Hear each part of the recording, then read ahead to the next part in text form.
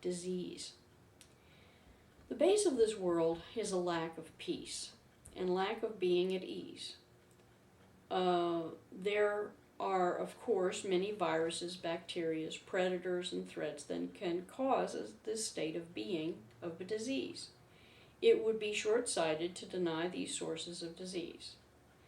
That being said, there is another source of disease.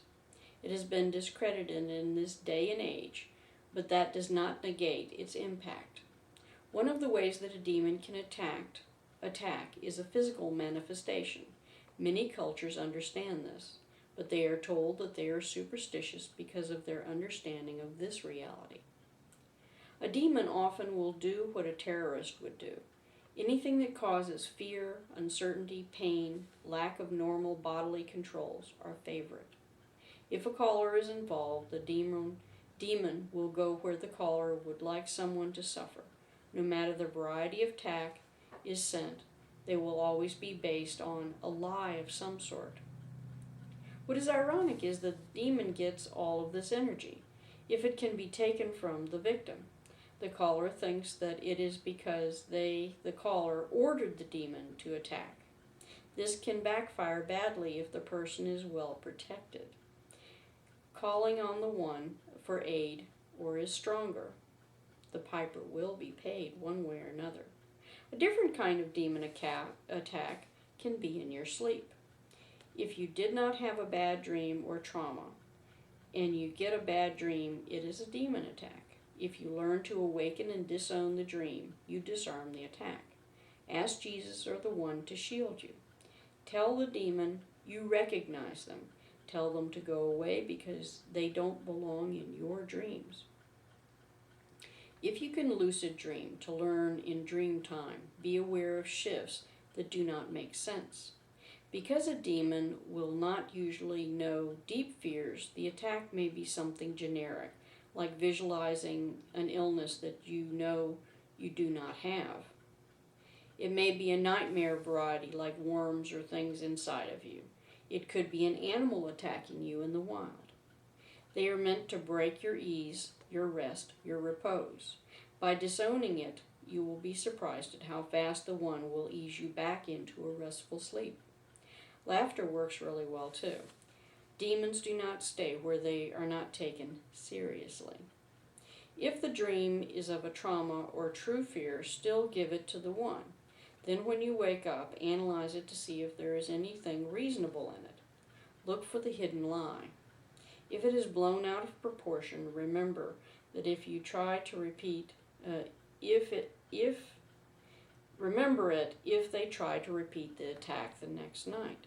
Demons are notoriously lazy. They will use the same attack over and over again.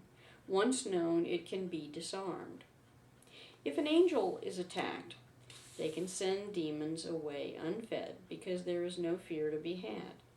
A devout person can tell a demon that the lie is an illusion. They will be protected because the one holds them in protective wings. Light and love will fill them up, so that there is no room for disease.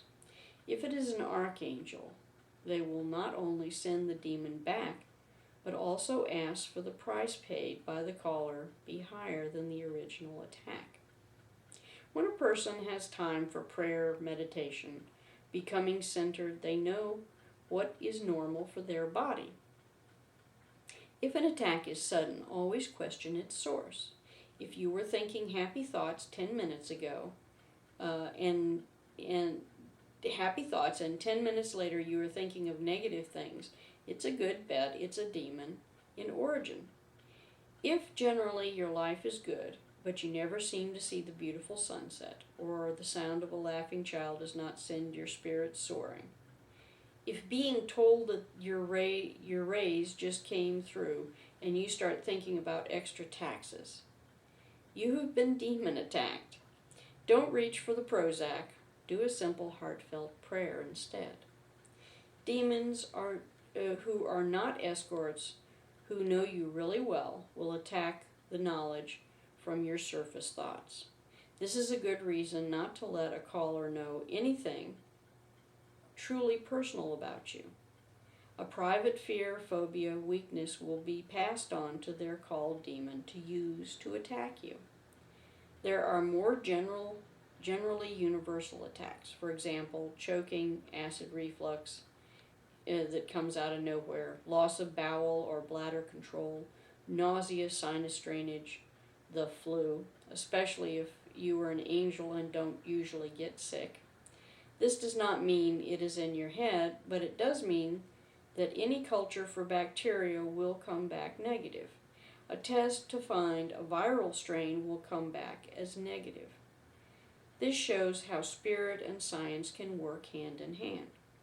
If it is a flu that only attacks one city and it's out of season, if the disease outbreak targets a specific group like one high school with 75% infection rate, it is an infection that is caused by demons. If it only attacks angel children, they are demon in origin. If it were so virulent, why did it not spread across the whole neighborhood, city, or state? If there is an angel who is enslaved, asleep or not, they are not shielded. Their energy can be stripped from them to be used in this sort of terrorist dirty bomb to fuel these attacks. A demon caller will become furious if suddenly that energy is cut off from them. The energy still has to be given to the demon. At this point in time, the angel may be their only or major source of energy. Everywhere the enslaved angel has been sent, a spiritual mission is at risk. The energy can be used by a group of demon worshippers and spiritual vampires to fuel their terrorist attacks. If, after all, the end justifies the means in their mind. Returning from such a trip, retreat, church convention, an angel who is stripped would feel totally hollow and drained. The good news is that if no energy can be had for a demon, it will get tired and go back to the caller. A home where there has never been an invitation for evil to enter is in a position of strength. A home that does not open its doors and invite evil in can dispel this force. Volunteering energy to a demon, calling a demon, or welcoming evil in does not mean that you are lost to the one. You can still be protected if you turn your back to the one.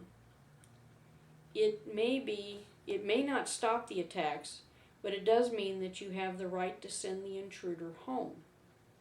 Disclaim the disease, deny the attack its power, and be vigilant. Using the power the one gives you, you cannot fail. Remember, in the beginning, it may not be fast. Practice makes you strong like a muscle used, and tools sharpened, and your skills developed. Love will always prevail in the end. Just a note, there is no shield the one cannot enter.